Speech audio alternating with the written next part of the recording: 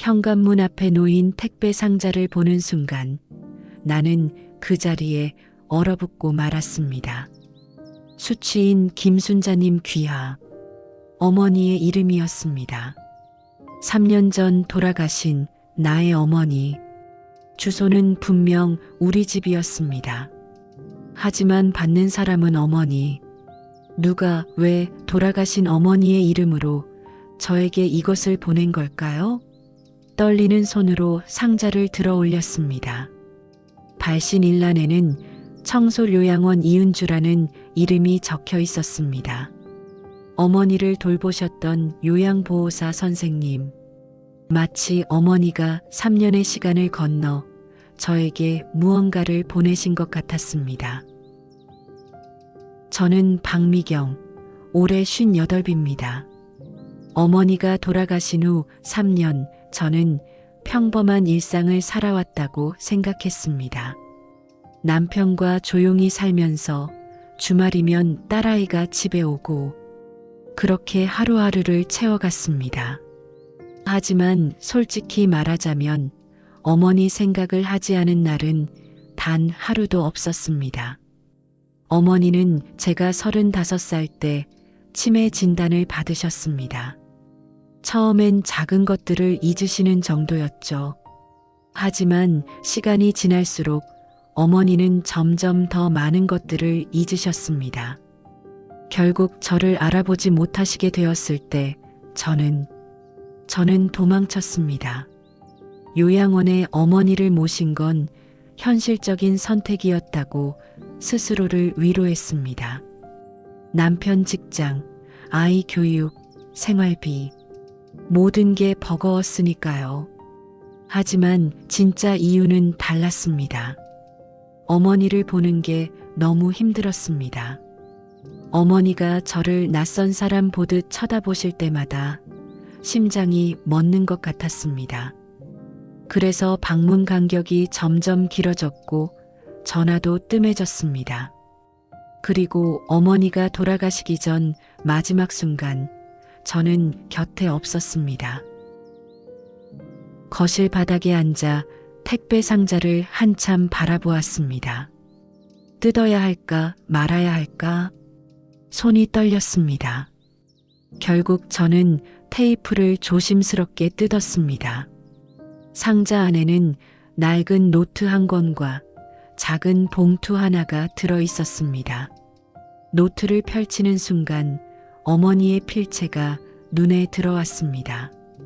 예쁜 글씨를 쓰시던 어머니. 하지만 노트 속 글씨는 흔들렸습니다. 삐뚤빼뚤했습니다. 글자를 쓰는 것조차 힘들어 하셨을 어머니의 모습이 눈에 선했고 그것만으로도 가슴이 무너졌습니다. 2019년 3월 5일. 오늘 미경이가 왔다. 내 딸이 맞나? 얼굴이 많이 달라 보인다. 아니다. 내가 잊어버린 거겠지. 딸은 참 예쁘게 생겼는데 30분쯤 있다가 갔다. 조금만 더 있었으면 좋겠는데 가슴 한쪽이 무너져 내렸습니다. 그날을 기억합니다. 회사 일이 바빠서 30분만 들렀다 간 날. 어머니가 조금만 더 있다 가라고 하셨을 때 저는 다음에 더 오래 있겠다고 했습니다. 다음에 얼마나 많은 다음에를 약속했을까요? 페이지를 넘겼습니다. 2019년 7월 12일. 미경이한테 전화 왔다. 이번 주는 못 갈 것 같다고 했다. 목소리가 피곤해 보였다. 괜찮다고 천천히 오라고 했다. 사실 보고 싶은데 말이다. 미경아, 엄마가 부담 주려는 게 아니란다. 그냥 내 얼굴이 보고 싶을 뿐이야. 눈물이 뚝뚝 떨어졌습니다. 어머니는 모든 것을 알고 계셨습니다.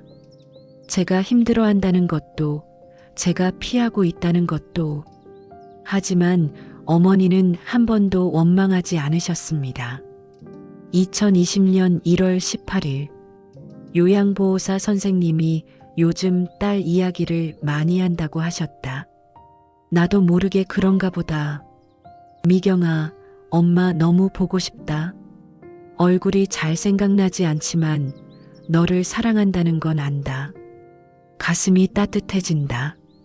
그 아이 생각만 하면 손이 떨려서 책장을 제대로 넘길 수조차 없었습니다. 그리고 마지막 장. 2021년 11월 3일. 오늘은 내가 누군지도 잘 모르겠다. 거울을 봐도 낯설다. 하지만 한 가지는 확실하다. 나는 누군가의 엄마다. 그 아이를 사랑한다는 것. 그것만은 절대 잊지 않을 것이다. 미경아, 엄마가 너를 사랑한다. 마지막 문장은 거의 읽을 수 없었습니다. 어머니가 쓰시다가 포기하신 것 같았습니다.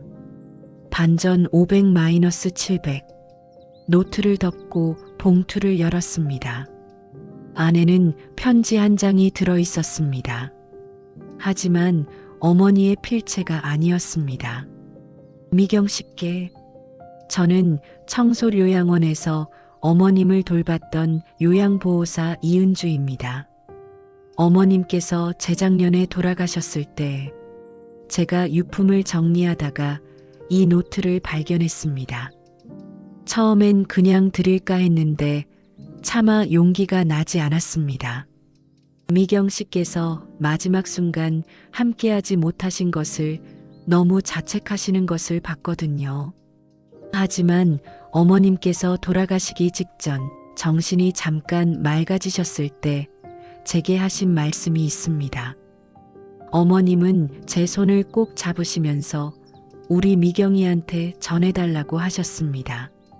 엄마는 화난 적 없다고, 미경이도 힘들었을 거라고, 엄마는 그저 우리 딸이 행복했으면 좋겠다고, 그리고 눈물을 흘리시면서 이렇게 말씀하셨습니다. 미경아, 엄마를 용서해줘. 엄마가 너무 빨리 잊어버려서 미안해. 하지만 너를 사랑했던 건 단 한순간도 잊은 적이 없단다.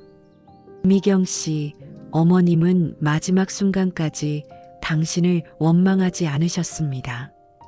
오히려 자신을 용서해달라고 하셨어요. 어머님은 당신이 힘들다는 것을 아셨고 이해하셨습니다. 어머님의 사랑은 기억을 잃어도 사라지지 않더군요.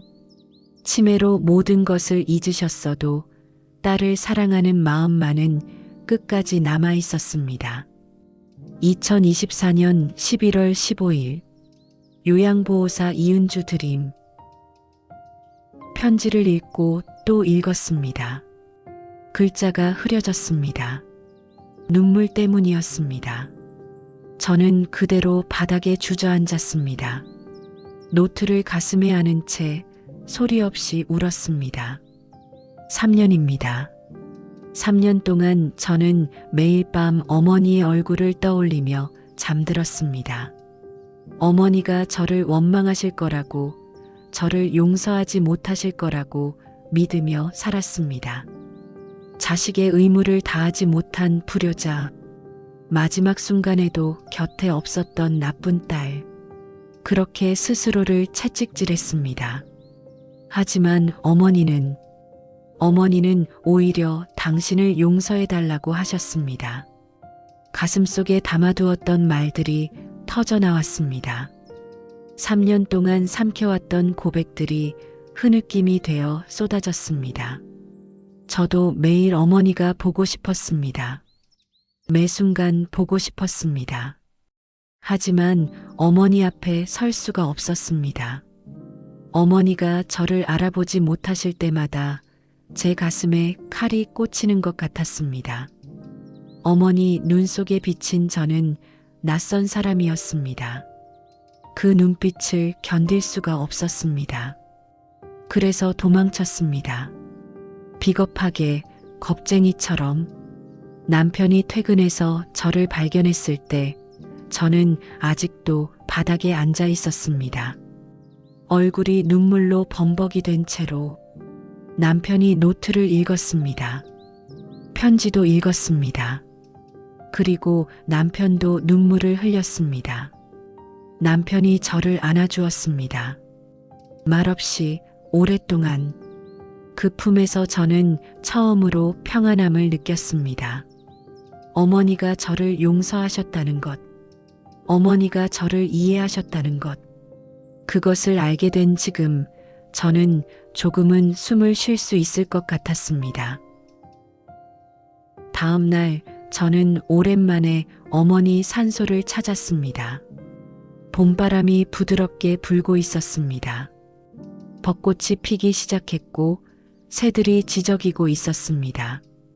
어머니가 좋아하시던 계절이었습니다. 묘비 앞에 앉아 노트를 무릎 위에 올려놓았습니다. 한참을 그렇게 앉아 있었습니다. 말없이 그저 어머니 곁에 있고 싶었습니다. 바람이 나뭇잎을 흔들었습니다. 마치 어머니가 말을 거는 것 같았습니다. 입술이 떨렸습니다. 목소리가 나오지 않았습니다. 하지만 말해야 했습니다.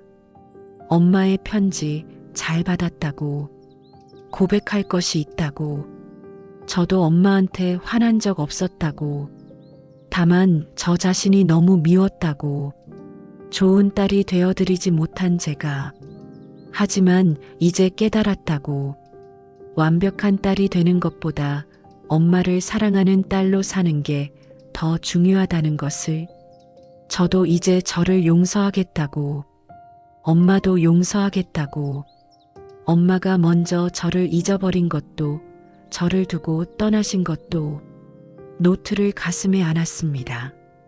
엄마를 사랑한다고, 엄마가 기억하지 못하셨어도 저는 평생 기억하겠다고, 엄마의 따뜻한 손, 엄마의 웃음소리, 엄마가 해주신 밥 냄새, 모든 것을.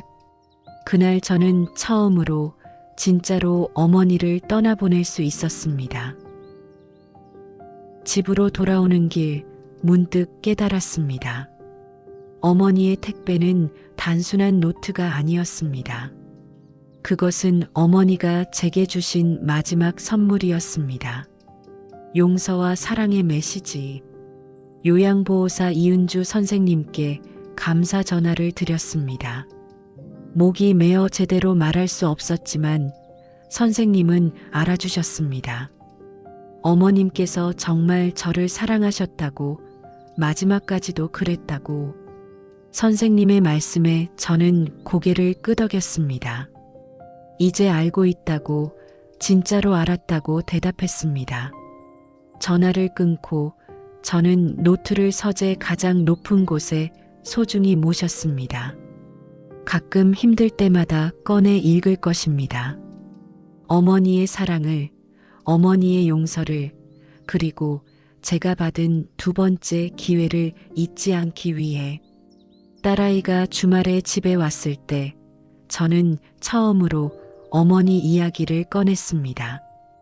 딸아이가 할머니가 많이 그립냐고 물었습니다. 많이 보고 싶지만 이제는 괜찮다고 대답했습니다. 할머니가 보내주신 선물 덕분이라고. 딸아이를 꼭 안았습니다. 그리고 속으로 다짐했습니다. 나도 언젠가 딸아이에게 이런 어머니가 되어주리라. 기억을 잃어도 사랑만은 절대 잊지 않는 그런 어머니로. 어머니의 택배는 3년이 지나 도착했지만 가장 완벽한 타이밍에 왔습니다. 제가 용서받을 준비가 되었을 때, 제가 사랑을 다시 느낄 수 있을 때, 그리고 제가 진짜 어른이 되었을 때. 엄마 감사합니다. 그리고 사랑합니다. 미경아, 엄마는 내가 울지 않았으면 좋겠어. 엄마는 행복했단다. 너를 낳아서, 너를 키워서, 너의 엄마여서. 그것만으로 충분히 행복한 인생이었어. 고마워, 내 딸. 사랑해.